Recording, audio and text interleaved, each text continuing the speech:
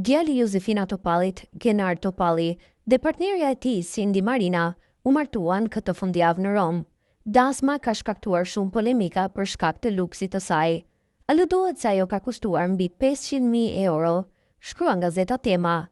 Para këto, që vështirë se mund të justifikohen. Por ish-ministri Ylli Manjani, teksa ka uruar Topallin, ka sjellë dhe një shprehje shkodrane për gojet e liga.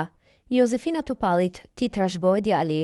Kaq, pastaj gojet, hallku te vrimat e gardit nuk mbyllen kur, thonë Shkodër, shkruan ish-ministri Ylli Manjani. Gennard Topalli, djali i ish-kryetares së Kuvendit Josefina Topalli, ka kurorzuar dashurinë e tij me partneren Cindy Marina në një ceremoni të veçantë në Rom, më 13 shtator 2025.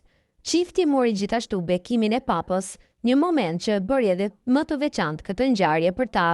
Sot në Rom, zemra jon arreh më fort se kur, shkroi Gennard Topalli në një postim në rrjetet sociale, ku ndau emocionet.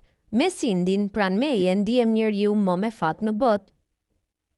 Në praninë e familjarëve dhe miqve të ngushtë, Gennard Topalli ka publikuar edhe fotografi me miqtë dhe familjarët, duke shënuar nisjen e një kapitulli të ri për çiftin. Në ceremoninë të pranishëm ishin edhe figura politike si Flamur Noka, apo edhe vajza e kreu të PD-s, Sali Berisha, Argita Maltezi. Postimi plot në Facebook.